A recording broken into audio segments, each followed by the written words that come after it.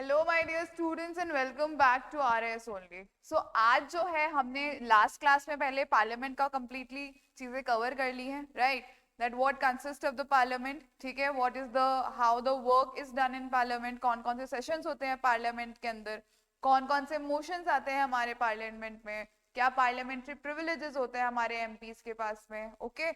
And how many seats are allocated to which state in your Lok Sabha as well as Rajya Sabha, क्या composition होता है उन लोगों का, ठीक है? लोकसभा का क्या कॉम्पोजिशन है, राज्यसभा का क्या कॉम्पोजिशन है, and how these people are elected and sent to those places, ठीक है? So all of those things we have learned already. Today what we are gonna cover is we will be covering the parliamentary committees, ठीक है? जो parliament के अंदर देखो, parliamentary committees का main मकसद क्या है बनाने का? पार्लियामेंट्री कमिटीज का मेन मकसद ये है बनाने का दैट हमारी जो पार्लियामेंट है, okay, it is extensively making laws and policies for the entire nation, okay? और उस चीज के अंदर वो जो लॉ या पॉलिसी मेकिंग है, that should be what, that should be very much in depth studied, okay? उसको बहुत अच्छे से स्क्रूटिनाइज करना जरूरी है, उसको बहुत अच्छे से स्टडी करना जरूरी है, so that good and proper policies are being made for the nation. And for that purpose, to make that easy, to make that burden easy, parliament क्या बनाती है? certain committees बना लेती है for what? for doing different works. तो मतलब parliament अपना burden कम करने के लिए it makes certain committees and distribute the work of parliament among those committees so that work is done easily. Secondly, work is done with efficiency, ठीक? तो ये है मेन मोटिव पार्लियामेंट्री कमिटीज बनने का, ठीक है? आज का सेशन स्टार्ट करने से पहले let me tell you that you already know कि अगर आपको किसी भी क्लास का कोई भी पीडीएफ चाहिए, कुछ भी चाहिए, you just need to download the RS only app. वहां पर आपको फ्री क्लासेस के सेक्शन के अंदर क्या क्या मिल जाएगा? आपको वहां पर पीडीएफ मिल जाएगी, उसके साथ साथ you can also attempt certain quiz, okay? Her class के साथ में आपको क्विज मिल जाएगी उस पर्टिकुलर क्लास के टॉपिक से रिलेटेड. सो आपका क्या हो जाएगा? डबल प्रैक्टिस हो जाएगी.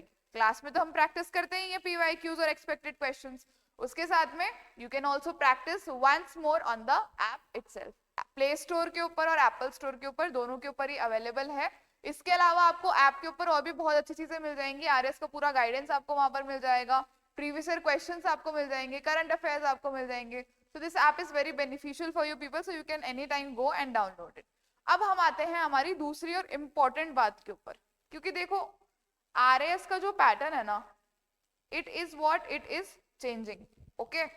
एंड ट्रेडिशनल तरीके से पढ़ाई अब काम नहीं आने वाली है. You need to step up your approach, right? You need to step up your strategy, क्योंकि जो अभी नया ट्रेंड चल गया है ना, ये ट्रेंड लोग बोल रहे हैं, बट वो ट्रेंड एग्जैक्टली क्या है? So that we will be decoding on 8th of January, on 8th of February, ठीक है?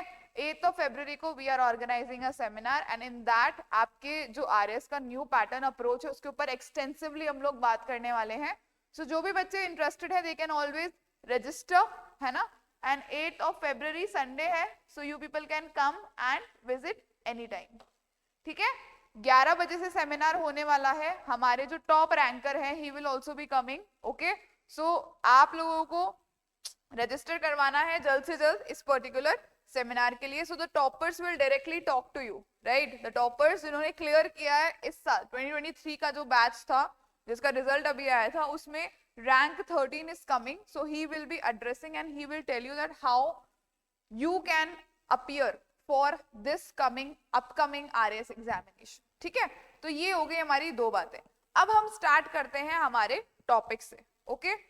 सो firstly what was the need for the committees? जैसा कि मैंने आप लोगों को ऑलरेडी बताया that it will do what, it will ease the work of the parliament, ठीक है?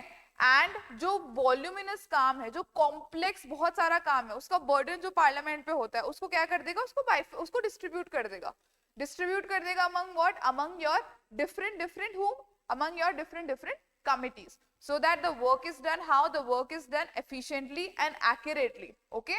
And that too in time, ठीक है?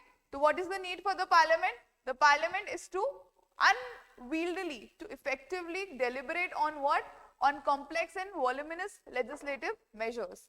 It lacks what? It lacks both time and necessary expertise to perform detailed scrutiny of all matters. ठीक है, मतलब ना तो time है प्रॉपर, ना प्रॉपर एक्सपर्टीज है. हो सकता है किसी मिनिस्टर की या किसी एमपी की किसी और चीज में एक्सपर्टीज और उस पर्टिकुलर चीज में नहीं हो, तो एक उनको क्या चाहिए, उनको कोई भी काम को प्रॉपरली करने के लिए क्या चाहिए, they need expertise. And for that what is made, the parliamentary committees are made. ठीक है, what is the constitutional status? The Constitution mentions these committees in various places, but very important, does not provide a specific provision for their composition, tenure or functions. These matters are governed by rules of the two houses. कभी भी question आएगा that the parliamentary the working of the parliamentary committees are mentioned in the constitution itself, that statement will be wrong. Why?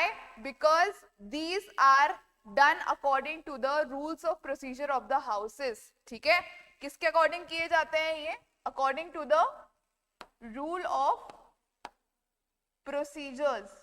ठीक है, of houses, of both the houses, of Lok Sabha and of the Rajya Sabha. उसके हिसाब से ये जो committees होती हैं उनका कॉम्पोजिशन, उनका टेन्योर, ठीक है, उनकी वर्किंग डिसाइड की जाती है. समझ में आई तीसरी बात? Constitution does not specifies this particular thing. ठीक है, now criteria for a parliamentary committee. सबसे पहले जो कमिटी है वो किस तरीके से रिकॉग्नाइज होगी, तो सबसे पहली चीज क्या होनी चाहिए, क्या इंपॉर्टेंट है तभी जाके वो रिकॉग्नाइज होगी as a parliamentary committee? It must be appointed और इलेक्टेड बाय द हाउस और नॉमिनेटेड बाय द स्पीकर और चेयरमैन. या तो वो कमिटी जो है वो हाउस के द्वारा इलेक्ट की हुई जानी होनी चाहिए, ठीक है, या फिर क्या अपॉइंट की हुई जानी होनी चाहिए, या फिर it must be nominated by the speaker or the chairman. Speaker in Lok Sabha, chairman in the Rajya Sabha. जब तक ये कंडीशन फुलफिल नहीं कर रही है कोई committee, that can not be considered as a what? As a parliamentary committee. ठीक है, इतनी बात समझ में आई? Then it works under the direction of speaker or the chairman. The parliamentary committee has to, compulsorily work under the direction of the speaker or the chairman. And it presents its report to the house or the speaker or chairman. या तो ये अपनी report को either to the speaker या फिर chairman present करेंगे, or if they say then they can present it in front of the house as well. Okay, they have a secretariat. Okay, they have a secretariat provided by Lok Sabha or Rajya Sabha. These committees, they have what? They have a secretariat provided by the Lok Sabha or Rajya Sabha. These are what? These are the conditions. Conditions what? These are the primary conditions or primary criteria of being a parliamentary committee. समझ में आई इतनी सी बात आप लोगों को? Okay, so this is the criteria of being a parliamentary committee.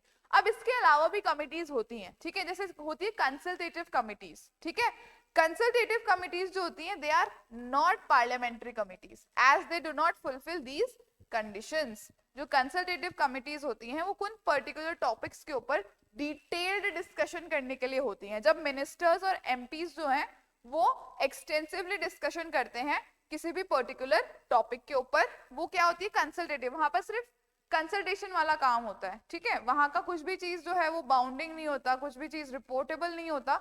Only there is discussion on the particular topic. So that is not considered as what? That is not considered as a parliamentary committee. ठीक? Now moving on, there are types of parliamentary committees. अब वो कौन सी committees हैं? सबसे पहले होती है आपकी standing committees और दूसरी होती है आपकी ad hoc committees.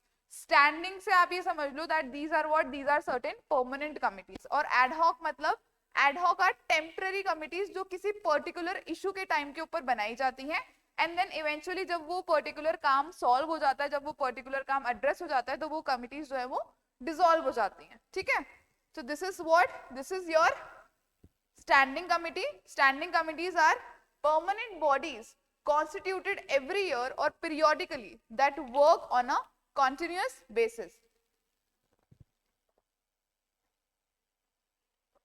ठीक है, परमानेंट बॉडीज हैं जो कि हर साल या विद अ पीरियडिकली बनाई जाती हैं and they work on a continuous basis. ठीक है? Ad hoc committees क्या होती हैं? These are the temporary and cease to exist once the specific task assigned to them is completed. मतलब जो task उनको assign किया गया है, जैसे ही वो task complete हो जाएगा, वैसे ही इन committees को हम क्या कर देंगे? इन committees को हम क्या कर देंगे? We will dissolve them. They will be suspended. Okay? ठीक है. अब स्टैंडिंग जो कमिटीज होती हैं उनकी भी कुछ कैटेगरीज है. सब कैटेगराइजेशन ऑफ स्टैंडिंग कमिटीज, दो तरीके की कमिटीज है हमारी, स्टैंडिंग और एड हॉक. अब स्टैंडिंग कमिटीज में भी सब कैटेगराइजेशन है. First is your financial committees, ठीक है. Second is your department related standing committees, okay. And third is your committees to inquire and housekeeping committees. मतलब financial committees, those who look after the financial matters. Department related standing committees मतलब जो particular departments हैं government के, ठीक है, उनसे जो parliament के या लोकसभा के जो या राज्यसभा के जो पर्टिकुलर डिपार्टमेंट्स हैं उनसे रिलेटेड जो स्टैंडिंग कमिटीज होती हैं वो परमानेंट कमिटीज होती हैं. Then comes your committees to inquire, okay. And there are certain housekeeping committees, ठीक है, जो हाउस का जो वर्क है पर्टिकुलरली उसी को देखती हैं. ठीक, समझ में आई. अब एड हॉक कमिटीज का कैटेगराइजेशन कैसे कैसे होता है. First is your inquiry committees. जैसे कि कोई भी किसी भी तरीके का कोई ऐसा वो हो गया कि भाई इन्होंने इम्प्रॉपर कंडक्ट किया है, तो उस पर्टिकुलर केस को इन्वेस्टिगेट करने के लिए आपकी कौन सी बैठ जाएगी? इंक्वायरी कमिटी बैठ जाएगी. And what? And your advisory committees. Example, कोई बिल आया, ठीक है, और उस बिल के ऊपर हमें क्या चाहिए कि एडवाइजरी कमिटी चाहिए. अब वो बिल जो है या तो वो पास हो जाएगा या फिर रिजेक्ट हो जाएगा. जैसे ही कोई भी डिसीजन आ जाएगा उस बिल के ऊपर, तो फिर इस पर्टिकुलर कमिटी को क्या कर दिया जाएगा? This particular committee, it will be what? It will be suspended और it will cease to exist. ठीक है, समझ में आई इतनी सी बात आप लोगों को? नाउ आगे चलते हैं. अब जो फाइनेंशियल कमिटीज होती हैं उसमें आपकी सबसे मेजर और इंपॉर्टेंट कमिटी होती है आपकी पब्लिक अकाउंट्स कमिटी. कौन सी होती है? Public accounts committee. ठीक है, पब्लिक अकाउंट्स कमिटी जो होती है ये हमारी जो एनुअल ऑडिट रिपोर्ट्स होती हैं, कंट्रोलर और ऑडिटर जनरल की जो एनुअल ऑडिट रिपोर्ट्स होती हैं उसको क्या करती है? उसको स्टडी करती है, उसको एग्जामिन करती है. ठीक है, पब्लिक अकाउंट्स कमेटी का क्या काम है? जो सीएजी रिपोर्ट भेज रहा है, सीएजी क्या भेज रहा है? जो ऑडिट रिपोर्ट भेज रहा है उसको क्या करना? उसको एग्जामिन करना. इस ऑडिट रिपोर्ट को एग्जामिन करने का काम किसका है? It is the work of the public accounts committee. Okay, then what is the origin? Origin क्या है इसका? इसका ओरिजिन आपके बहुत पहले ही हो गया था, 1921, जब आपके मॉन्टेग केम्सफोर्ड रिफॉर्म्स आए थे 1919 के. Okay, at that time only it was set up 1921 के अंदर under the what? Under the government of India act of 1919. That is your, और क्या बोलते हैं इसको हम? Montague केम्सफोर्ड reforms, right? जब आपके मॉन्टेग केम्सफोर्ड रिफॉर्म्स आए थे, इसके according for the first time this public accounts committee it was formed in 1921. ठीक है, ये चीज हमेशा आप लोग याद रखेंगे. ठीक है, because it is a what? It is a factual information and इसके अंदर आपको ट्रिक किया जा सकता है. बट जो इस टाइम के ऊपर ये पब्लिक अकाउंट्स कमेटी थे जो, और आज की जो पब्लिक अकाउंट्स कमेटी है उसके फंक्शनिंग में स्टार्क डिफरेंस है. ठीक है, ऑब्वियसली होगा क्योंकि कंट्रोलर और ऑडिटर जनरल की जो रिपोर्ट होती है, जो पोजीशन होती है, that is also completely changed. ठीक है, but the origin lies in your 1921 only.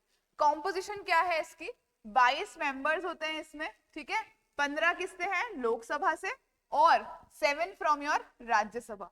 It consists of whom? It consists of 22 members, 15 from Lok Sabha and 7 from Rajya Sabha. ठीक है, कैसे सिलेक्ट होते हैं ये लोग? How are they selected? They are selected.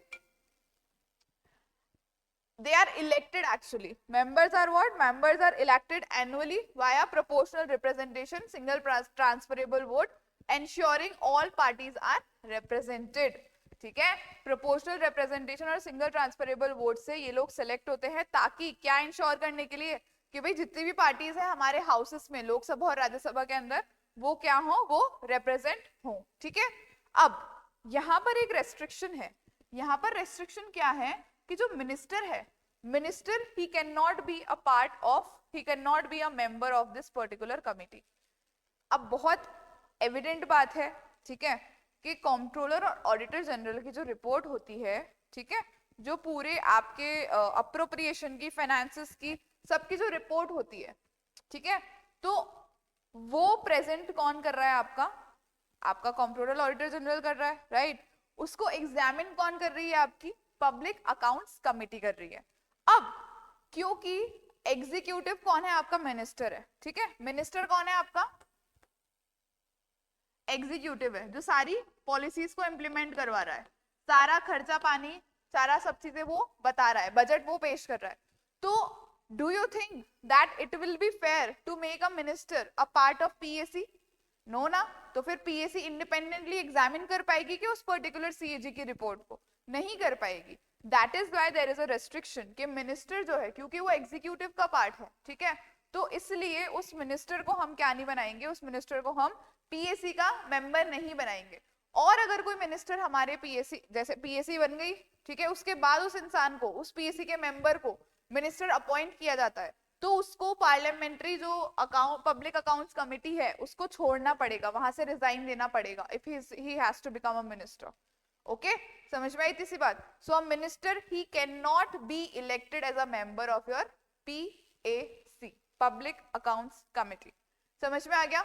अब इसका चेयरमैन कौन अपॉइंट करेगा? It's chairman is appointed by the speaker, ठीक है। और ये क्या है? दिस इज अ कन्वेंशन, ठीक है, दिस इज अ कन्वेंशन। और एक और कन्वेंशन है कि जो इसका आपका चेयरमैन होगा, that will be from the opposition party, मतलब जो रूलिंग पार्टी है उससे नहीं होगा, जो अपोजिशन पार्टी है उससे होगा इसका मेंबर, सो दैट इस पर्टिकुलर कमिटी की इंडिपेंडेंस बनी रहे। ठीक, फंक्शंस क्या है मैंने ऑलरेडी बता दिया। It examines the annual audit reports of the CAG, मतलब जो भी अप्रोप्रिएशन कर रहे हैं हम फाइनेंसेस का, फाइनेंस से रिलेटेड, पब्लिक अंडरटेकिंग से related, and to highlight the cases of what, waste, loss और corruption.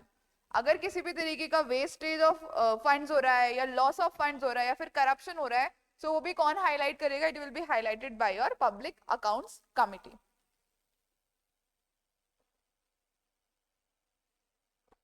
So I hope you have understood this. I hope you have understood this. ठीक है, समझ में आ गई इतनी सी बात आप लोगों को? अब आगे चलते हैं हम। दूसरी हमारी जो फाइनेंशियल कमिटी आती है वो है हमारी एस्टिमेट्स कमिटी, ठीक है। एस्टिमेट्स कमिटी क्या है? एक ऐसी कमिटी जो किसको एग्जामिन करती है? बजट के एस्टिमेट्स को एग्जामिन करती है, ठीक है।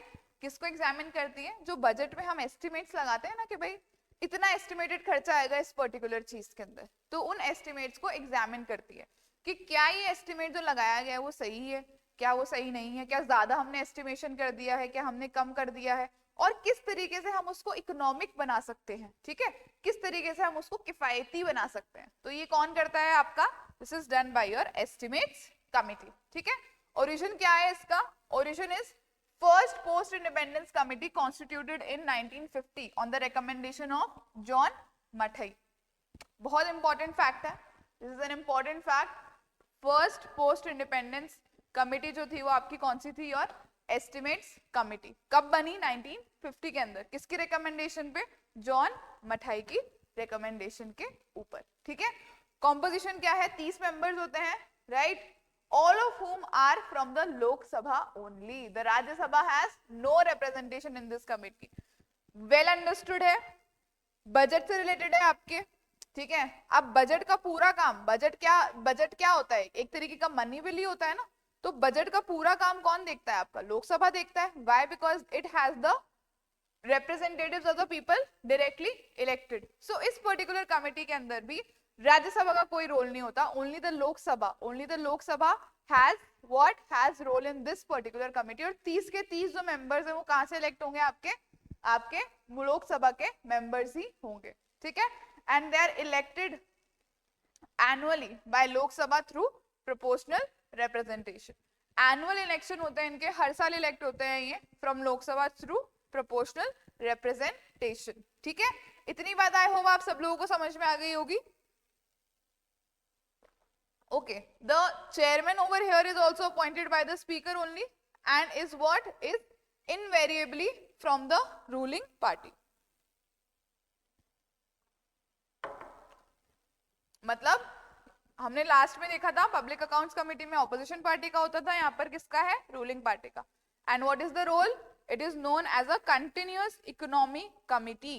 It examines the budget estimates to suggest economies, improvements in organization and efficiency।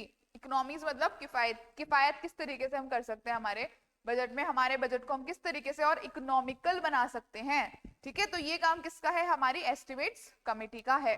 ठीक है, आई होप आपको एस्टिमेट्स कमेटी समझ में आई होगी। नाउ मूविंग ऑन, हमारी थर्ड फाइनेंशियल कमेटी कौन सी है, कमिटीज ऑन पब्लिक अंडरटेकिंग्स। ठीक है, कमिटी ऑन पब्लिक अंडरटेकिंग्स।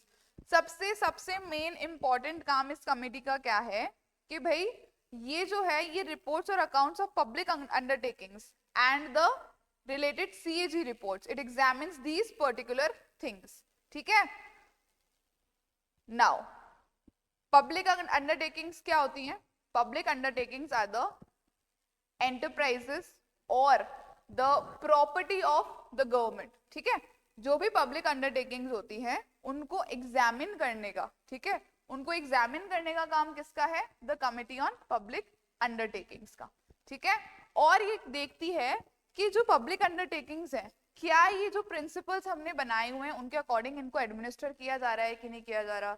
ठीक है, यहाँ पर काम किस तरीके से हो रहा है, क्या ये गवर्नमेंट के लिए एसेट है, क्या ये हमारे लिए लाइबिलिटी बन गए हैं, या फिर किस तरीके से यहाँ पर काम हो रहा है। All of this management is done by your home, by your public committee on public undertakings. ठीक है, ओरिजिन कहाँ है इसका, created in 1964 on the recommendation of हुम, कृष्णा मेनन कमेटी। कृष्णा मेनन कमेटी की रिकमेंडेशन के ऊपर इस कमेटी का गठन हुआ था 1964 के अंदर।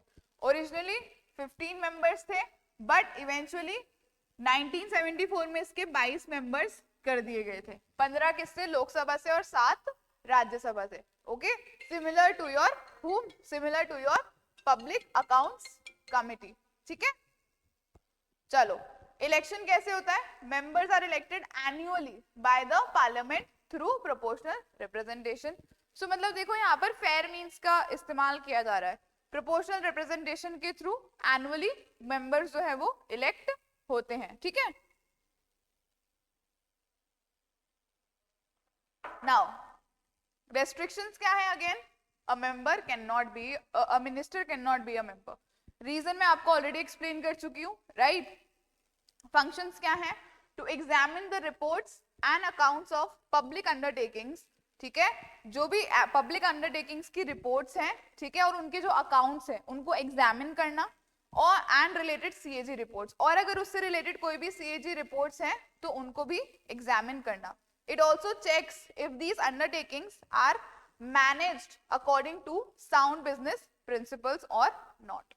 समझ में आई बात, मतलब जो भी पब्लिक अंडरटेकिंग्स है उनकी जो एनुअल रिपोर्ट्स होती हैं या उनके जो एनुअल अकाउंट्स होते हैं उसको क्या करना, उसको एग्जामिन करना, और अगर उससे रिलेटेड कोई सीएजी रिपोर्ट्स है उनको एग्जामिन करना, और अगर उसके अंदर कोई भी लैक्यूनास पाए जाते हैं तो उनको एड्रेस करवाना। तो ये सब चीजें किसकी है, ये सब चीजें public accounts committee on public undertakings की होती है। सजेस्टिव जो होता है ना काम, वो सारा ये करती है, सो दैट जो हमारी पब्लिक अंडरटेकिंग्स है वो फ्लरिश करती रहें। समझ में आई इसी बात आप लोगों को। नाउ मूविंग ऑन, उसके बाद में आ जाते हैं हम हमारी डिपार्टमेंट रिलेटेड स्टैंडिंग कमिटीज के ऊपर। ठीक है, डिपार्टमेंट रिलेटेड स्टैंडिंग कमिटीज के ऊपर, मतलब देखो सबसे पहले हम लोग देखेंगे कि भाई सबसे पहले डिपार्टमेंट रिलेटेड स्टैंडिंग कमिटीज का काम क्या है, क्यों जरूरी है हमारे लिए। तो सबसे पहला फंक्शन जो है इसका वो क्या है, it considers the demands for grants but can not suggest cut motions, examines the bills referred to them and consider annual reports and long policy, long term policy documents. मतलब ये जो ये पर्टिकुलर कमिटीज होती हैं, ठीक है, जो भी आपके डिपार्टमेंट्स या मिनिस्ट्रीज हैं सेंट्रल गवर्नमेंट की, ठीक है, जो भी डिपार्टमेंट या मिनिस्ट्रीज है सेंट्रल गवर्नमेंट की, उन सब की एक डिपार्टमेंटल क्या होती है, स्टैंडिंग कमिटीज होती हैं, ठीक है। Now these department related standing committees, ये सबसे पहले तो किसके ऊपर काम करती हैं, they work on the demands for grant, ठीक है, कि भाई हम लोग, हमारा डिपार्टमेंट जो है वो ये डेवलपमेंटल वर्क्स करने वाला है, ठीक है। अब इन कामों के लिए हमें इतना पर्टिकुलर ग्रांट चाहिए होगा, ठीक है, तो ये जो ये पूरा प्रोसेस होता है ये कौन देखता है, this is done by your department related standing committees, ठीक है। उसके अलावा और क्या काम होता है, जो भी बिल्स उनके साथ में रेफर किए जाते हैं, फॉर एग्जाम्पल कोई नई पॉलिसी लेकर आनी है जिसमें ministry of health, ministry of social justice and empowerment, ठीक है, इन दोनों का काम है, ठीक है, तो उनसे रिलेटेड जो डिपार्टमेंटल स्टैंडिंग कमिटी होगी, ठीक है, उन कमिटीज के पास में ये बिल जाएगा फॉर व्हाट, फॉर रेफरेंस, ठीक है, उनके रेफरल के लिए ये बिल जो है उनके पास में जाएगा, ठीक है। Consider annual reports and long term policy documents, जो भी उनकी एनुअल रिपोर्ट्स होती है और जो लॉन्ग टर्म पॉलिसी डॉक्यूमेंट्स होते हैं, they are also being referred और they are also being done made by your department related standing committees. समझ में आई थी सी बात? सो इन सब चीजों को चेक करना, उन सब चीजों को सजेस्ट करना is the work of your department related standing committees, ठीक है। नाउ कब सेटअप हुई, दीज वर इनिशियली 17 कमिटीज थी, 1993 में सेटअप करी गई थी, ठीक है, 1993 में सेटअप करी गई थी। इनिशियली कितनी कमिटीज थी, 17 कमिटीज थी, and they were increase to how many, increase to 24 committees in 2004, ठीक है, increase to how many, increase to 24 committees in 2004। Composition क्या है, each committee has 31 members, 21 from Lok Sabha and 10 from Rajya Sabha. हर कमिटी के अंदर कितने मेंबर्स होंगे आपके, 31 मेंबर्स होंगे, 21 from Lok Sabha and the rest 10 from your Rajya Sabha, ठीक है। मेंबर्स कैसे नॉमिनेट होते हैं, इलेक्ट नहीं हो रहे हैं यहाँ पर, डिपार्टमेंटल रिलेटेड स्टैंडिंग कमिटीज के अंदर members are nominated by the speaker for Lok Sabha and chairman for Rajya Sabha. मतलब जो भी प्रिजाइडिंग ऑफिसर है दोनों हाउसेस के, वो क्या करेंगे, वो इन मेंबर्स को नॉमिनेट करेंगे, ठीक है।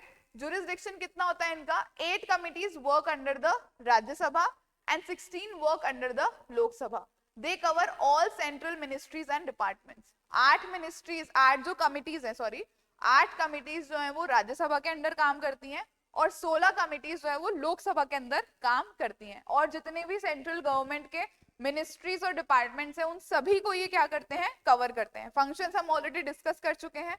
Now, what is the significance of these committees, of these departmental related standing committees? So they ensure what? They ensure greater accountability of the executive to the parliament and make financial control more in depth. ठीक है? क्योंकि in depth study हो रही है हर चीज की, right? So it makes what? It makes the governance efficient. समझ में आ गई इतनी सी बात? Okay. आगे चलते हैं हम. Now we move towards the committees to inquire, scrutinize and control. So सबसे पहले हम लोग आ जाते हैं किसके ऊपर, हमारी कमिटी ऑन पिटिशंस के ऊपर, ठीक है। Now these are the committees to what, to inquire, scrutinise and control. इसमें सबसे पहला कौन सा आता है आपकी, कमिटी ऑन पिटिशंस, ठीक है। It examines the petitions on the bill and matters of public importance, ठीक है। जो भी बिल्स हमारे लोकसभा में इंट्रोड्यूस होते हैं उसके ऊपर जो भी पिटिशंस आती हैं उनको एग्जामिन करने का काम किसका है, हमारी कमिटी ऑन पिटिशंस का, ठीक है। और इसके अलावा it also examines the matters of public importance, okay. Petition जो भी मैटर ऑफ पब्लिक इंपॉर्टेंस पे आती है उनको भी ये पर्टिकुलर कमिटी जो है वो एग्जामिन करती है। लोकसभा से 15 मेंबर्स होते हैं इसके अंदर और राज्यसभा से इसमें 10 मेंबर्स होते हैं। Then comes your committee on privileges, ठीक है। सेमी जुडिशियल रोल है इसका, examine the breach of privilege and recommends action. हमने देखा था ना, the breach of parliamentary privilege is what, is punishable, right. The contempt of parliament और parliamentary privilege का ब्रीच जो है वो क्या है, पनिशेबल है। कौन देखेगा? This semi judicial body, this semi judicial committee of privileges will see if any member of the parliamentary privilege is being breached or not, and if it is being breached तो फिर क्या हम उसके लिए action लेने वाले हैं. Then comes your ethics committee, enforces the code of conduct for MPs and maintains discipline. Lok Sabha से 15 होते हैं, राज्यसभा से 10 मेंबर्स होते हैं. एथिक्स कमेटी का भी बहुत लास्ट ईयर बहुत ज्यादा हाइलाइट्स में रहा था. महुआ मोइत्रा का एक केस हो गया था एथिक्स कमेटी का, राइट? सो उस टाइम से ही एथिक्स कमेटी बहुत ज्यादा हाईलाइटेड रही है. तो एथिक्स कमेटी का क्या रोल है? It एनफोर्सेस the code of conduct for MPs. मतलब इस कोड ऑफ कंडक्ट के अंदर आप लोगों को, ये आपका कोड ऑफ कंडक्ट है, इस तरीके से आपको अपने आप को कंडक्ट करना है in the parliament. Okay, and it also ensures what that discipline has been maintained in the parliament. ठीक है?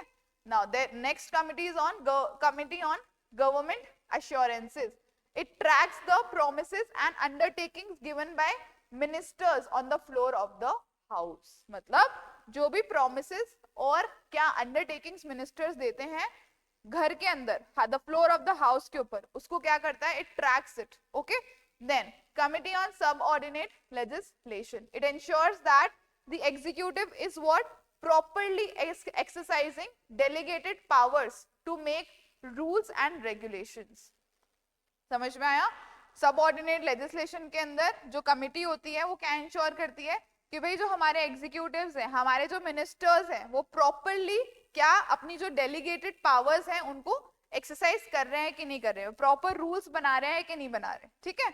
Then committee on empowerment of women. It considers reports of the National Commission for Women and examines measures for women's dignity and equality.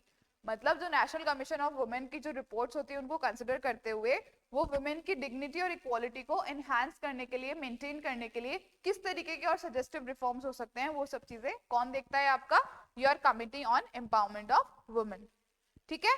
समझ में आई इतनी सी बात आप सब लोगों को? I hope these committees are clear to you people. Now, there are certain committees for what? Day-to-day business and housekeeping. ठीक है? सबसे पहली कौन सी है? Business advisory committee. देखो हम लोग इन कमिटीज को एक्सटेंसिवली क्यों पढ़ रहे हैं? क्योंकि सर्टेन टाइम्स आपके एग्जाम के अंदर इसमें से बहुत क्वेश्चंस बनते हैं.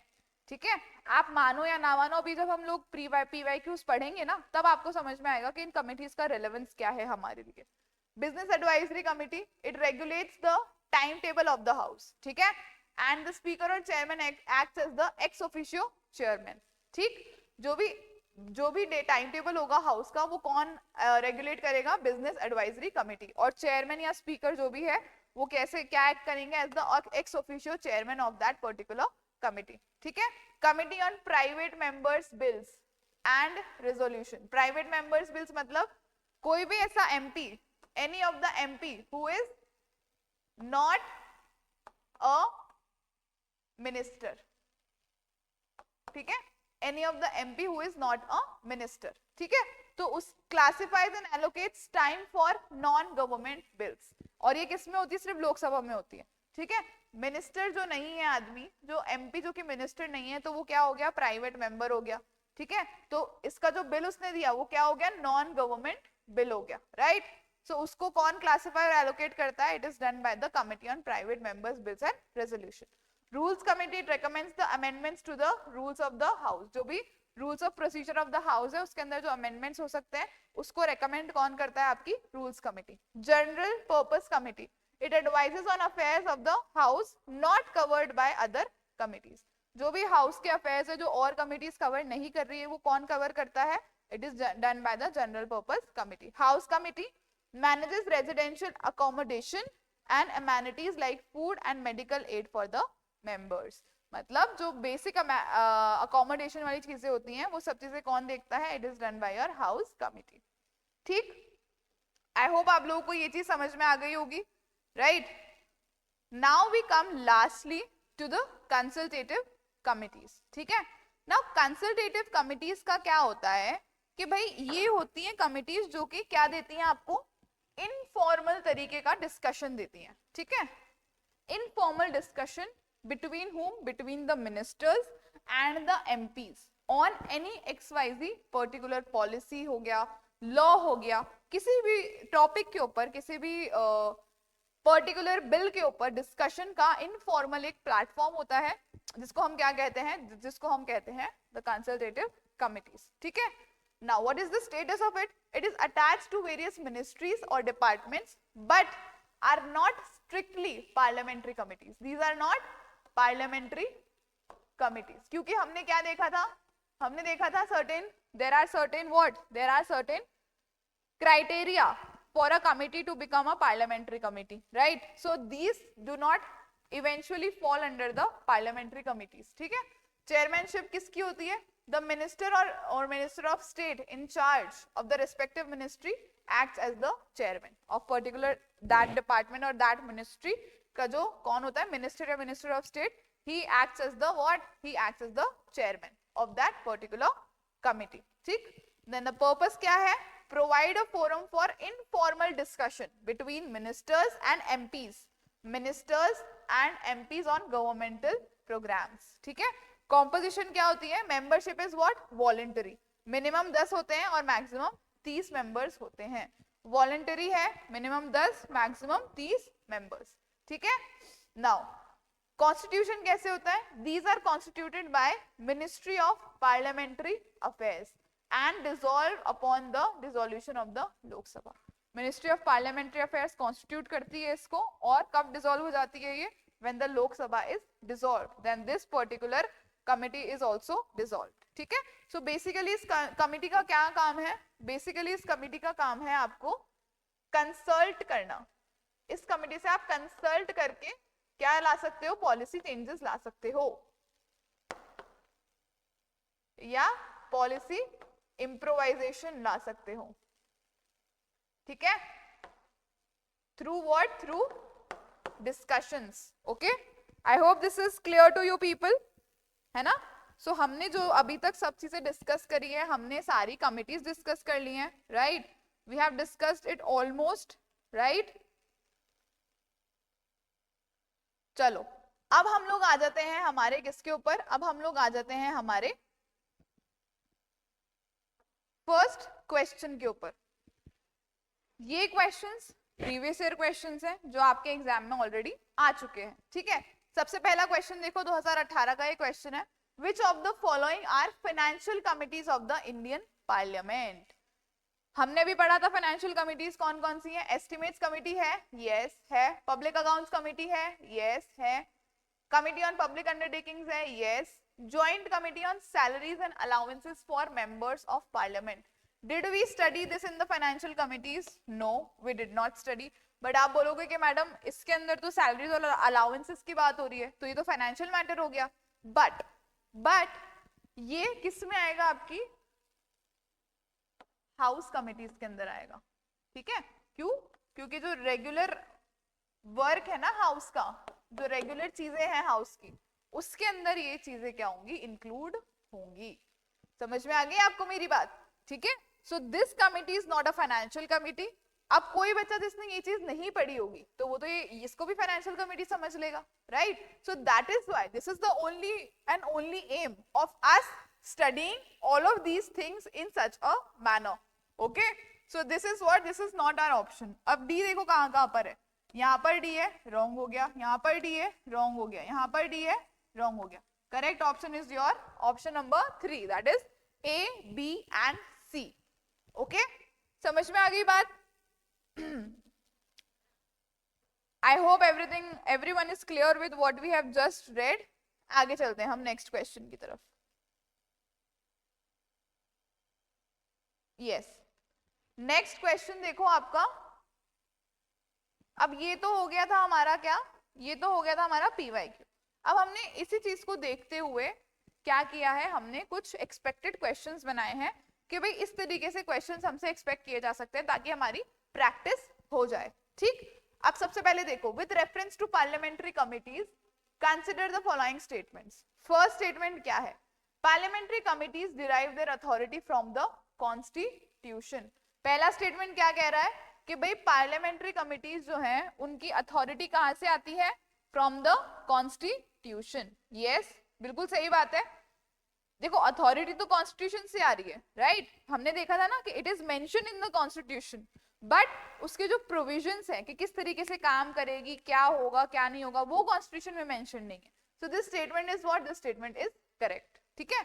There composition and tenure are governed by the rules of procedure of the house. Absolutely correct statement. हमने यही देखा था कि उनका जो कॉम्पोजिशन होगा, टेन्योर होगा, ठीक है, और किस तरीके से वो काम करेगी, वो सब चीजें कौन गवर्न करता है? Rules of procedure of the house. ठीक है. This is also absolutely correct.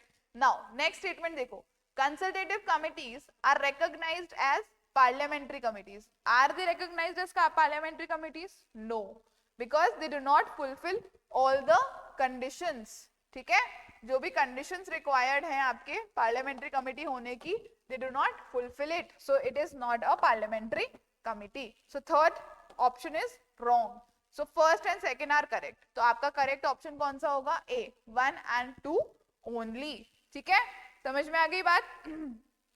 आगे चलते हैं हम. Public accounts committee was first established in, अभी हमने देखा था कब एस्टैब्लिश हुई थी? 1921 में. कब? Government of India act of 1919 के बाद. और क्या बोलते हैं हम इसको? Montague Chelmsford reforms, right, of 1919. इसके बाद में किसका गठन हुआ था? सबसे पहले पब्लिक अकाउंट्स कमेटी का गठन हुआ था, बट इवेंचुअली उस टाइम की जो कमेटी थी और जो आज हमारे यहाँ पर कमेटी है, ठीक है, उसमें क्या है? There is a stark difference. Okay. Now moving on, next question पे आ जाओ. नेक्स्ट क्वेश्चन देखो आपका क्या कह रहा है. असर्शन और रीजन. सबसे पहले कॉन्सेप्ट समझो, असर्शन और रीजन क्या होता है. असर्शन मतलब कि भाई एग्जामिनर ये चीज असर्ट कर रहा है, ये चीज कह रहा है, ठीक है, एग्जामिनर का कहना ये है, ठीक है, और फिर उस असर्शन का, वो जो असर्ट कर रहा है, जो मैं बात कह रही हूँ, उसके लिए मैं ये रीजनिंग दे रही हूँ, मेरे ये बात कहने के पीछे का रीजन ये है. ठीक है. तो असर्शन और रीजन समझ में आया अब आप लोगों को. अब हम पढ़ते हैं statement. A minister can not be a member of the public accounts committee. Assertion क्या है? बिल्कुल सही है. मिनिस्टर पब्लिक अकाउंट्स कमेटी का मेंबर नहीं हो सकता. असर्शन बिल्कुल सही है, right? So assertion is true. A is true. ठीक है.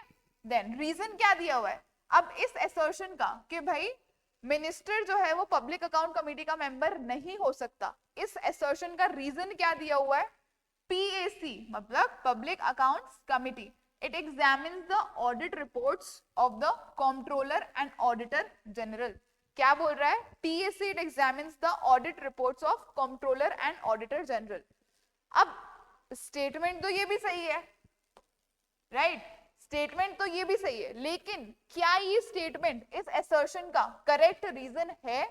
No, this is not the correct reason. क्योंकि करेक्ट रीजन हमने पढ़ा था कि एग्जीक्यूटिव्स की अकाउंटेबिलिटी को इंश्योर करने के लिए और पीएससी की इंडिपेंडेंस को मेंटेन करने के लिए मिनिस्टर जो है वो पीएससी का मेंबर नहीं हो सकता. तो इस पर्टिकुलर स्टेटमेंट का ये जो रीजन दिया गया है, ये तो रीजन गलत है, रीजन तो कुछ और है. तो दोनों स्टेटमेंट्स तो करेक्ट हैं, लेकिन असर्शन का ये जो रीजन दिया हुआ है, this reason is not the correct explanation of A. समझ में आई बात? सो both A and R are true, and R is correct explanation of A. Will this be the correct option? No. Both A and R are true. दोनों true है, दोनों correct statements है individually, लेकिन R is not the correct explanation of A. This will be our correct option. So इस तरीके से आपको assertion और reason के questions करने हैं. दोनों स्टेटमेंट सही भी हो सकती हैं, एक स्टेटमेंट गलत भी हो सकता है, दोनों स्टेटमेंट गलत भी हो सकती हैं. ठीक है. सो आपको क्या देखना है कि जो स्टेटमेंट असर्ट की गई है, क्या उसका रीजन सच में ये रीजन वाली स्टेटमेंट है या नहीं है. समझ में आ गई बात? So this was all I was trying to say and I was trying to tell, क्योंकि इस तरीके के क्वेश्चंस अब आपके आरपीएससी पूछने वाला है, पूछ रहा है, और इस तरीके के क्वेश्चंस आपके आ सकते हैं, right? So this was all today. आज हमने सारी पार्लियामेंट्री कमिटीज को डिस्कस कर लिया अच्छे से, right, and I hope this was beneficial for you people as well. आपको समझ में आया होगा कि एग्जैक्टली हमारी पार्लियामेंट किस तरीके से वर्क करती है। So we have completed our union executive, we have completed our union legislature. Now what we will be completing is our union judiciary, ठीक है, एंड इवेंचुअली हम लोग की इंडियन पॉलिटी वाला पोर्शन पूरा खत्म करने के बाद then we will be going towards our Rajasthan polity. Rajasthan polity को बहुत एक्सटेंसिवली कवर करने वाली हूं मैं, so don't worry about that. तो उसके अंदर आपका पूरा ये जो राजस्थान का पॉलिटी है वो सब मैं कवर कर दूंगी, ठीक है। So this was all for today, और अब मिलते हैं अपन नेक्स्ट सेशन के अंदर। तब तक अच्छे से पढ़ते रहो, और अगर कोई भी डाउट्स है आपके मन में कमेंट सेक्शन में कमेंट करके बता सकते हो आप लोग मुझे, ठीक है। और अगर कुछ और आप लोगों को क्लास में इनोवेटिव चाहिए, या आपको किसी भी चीज में डाउट्स आ रहे हैं, आपके वो डाउट्स मैं सॉल्व कर सकती हूँ, तो आप डेफिनेटली उस चीज को कमेंट सेक्शन के अंदर कमेंट करके मुझे बताओ, so that we can come up with the solution for you people. Okay, till then keep studying hard, keep working hard, and all the very best for your preparation. Thank you so much.